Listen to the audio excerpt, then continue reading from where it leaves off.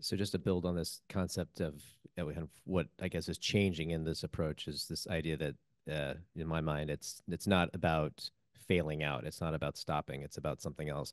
I'm curious how you all think a little bit about how you define what excellence does look like in all these pathways. And the reason I ask that question is when you look at what's happening with the most excellent, most storied arts organizations, schools, BSO, NEC, around the world, they're just struggling actually with this question of what will make them relevant. And for so many years, forever, they've been focused on excellence, excellence as they defined it. So what strikes me is you're way ahead of them. You're way, way ahead of them in thinking about what excellence could look like. But can you maybe talk a little bit about at least early thesis of when you're not thinking about being the classical first chair, the new concert master at the BSO, what does excellence look like in those other ways, and how can you elevate that so that the system, if you will, understands it and agrees with it? I've actually had this conversation with a lot of my students, like very very young ones too, because they all have like this sort of idea of I have to be perfect. It has to be perfect. It has to be good, or else I'm gonna fail. And it's like I kind of sit them down for a second. And I'm like, listen, you mess up a little bit. Who's gonna know? And to like put an answer to it, I think at least in my philosophy as an educator, excellence is a sort of idea where the student feels proud and accomplished of themselves. Sure, we have all these prodigies that will always come in and out throughout like history of music, but I think if a student feels fulfilled and they feel confident in what they do, then I think we reach the goal of excellence. That's my view as an educator. So I love that personally. Do It makes a ton of sense. But how do you get the if you want to change a system, and that's kind of my viewpoint, that's where I start from. How do we change the overall system in many ways? But how do we get other people to see that? Like, what is it that is allowing people to say, yes, that is excellent? I that resonates with me, but um, I don't think I can like fully give an answer for that sort of thing. The closest thing I can probably get is if we can collectively get a group of individuals to have this sort of ideology of that excellence is something that we feel personally, feeling that fulfillment, that self proud moment. If we can all get collectively change, this is going to take like generations most likely, but change the mindset of music of oh it needs to be perfect to I think I did amazing. I think it sounded great. I did my best putting on this performance, and I hope that the audience enjoyed it.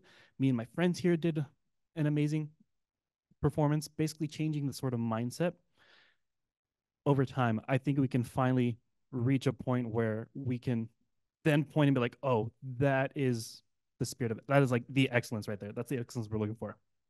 Yeah, if you don't mind, Macky, please, please. No, you're good. No, no,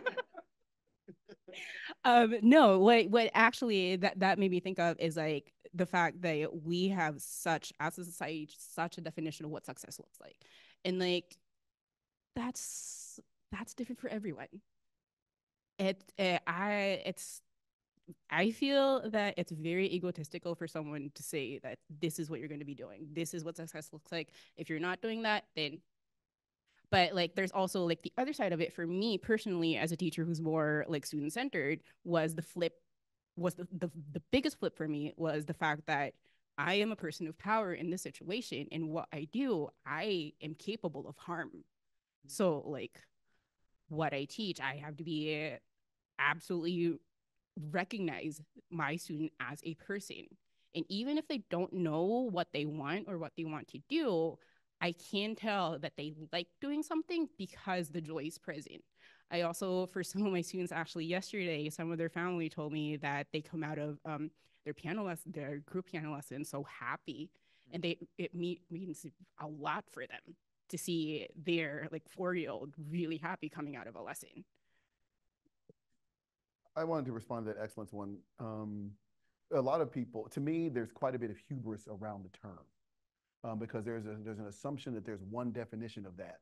Um, uh, you know, uh, you know, Renee Fleming is a beautiful singer. Whitney Houston was a beautiful singer. But there are two different kinds. So depending on your definition of excellence, one of them could be garbage, and the other one could be excellent, right? Depending on how you define it. The problem that we have is we are oftentimes trying to juxtapose one type of excellence to another one. And then we then have placed value judgments on them saying this excellent is better than that excellent. I used to have this great T-shirt at the University of Texas. It said, "My better is better than your better." Right? I used to love, I wore it all the time, especially when we had away games. Our better is better than your better, right? And there is this conceptually this idea that there is this type of excellence that's the number one excellence. And so then people are fighting between them to say that my excellence is better than your excellence. My better is better than your better. And the truth is they're all great. I think that, Manuel, your lived experience, I think is super important. I had very similar things too in my performance career as well, where they're like, you don't sound like X, Y, and Z thing. And it's like, but, and then some people are like, oh my gosh, you sound beautiful. And it's like, well, which one am I?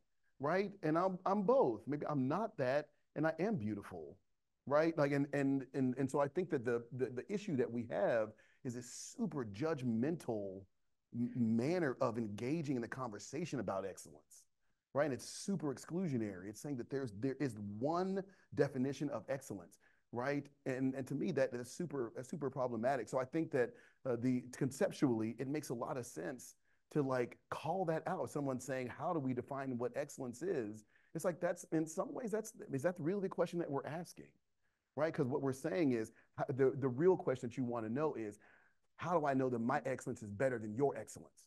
That's in many ways the real question. How do I know that my excellence is the most excellent above all of other excellence, right? And that's oftentimes the question that people are really asking, but they're not doing it explicitly because they're saying, I just want to know, I just want the best blank. It's like, no, you want the best 19th century Western European representation of blank, right? Okay, well then let's call that's exactly what it is, right? Because, as someone who grew up in black churches, if you go to black churches, the people who go to black churches, many people didn't take voice lessons, so they're not using the operatic style of singing. But to say that that's not excellent is super offensive and extremely exclusionary, right? And so so conceptually it is. And so if you're talking about wanting to be excellent, excellence draws people in.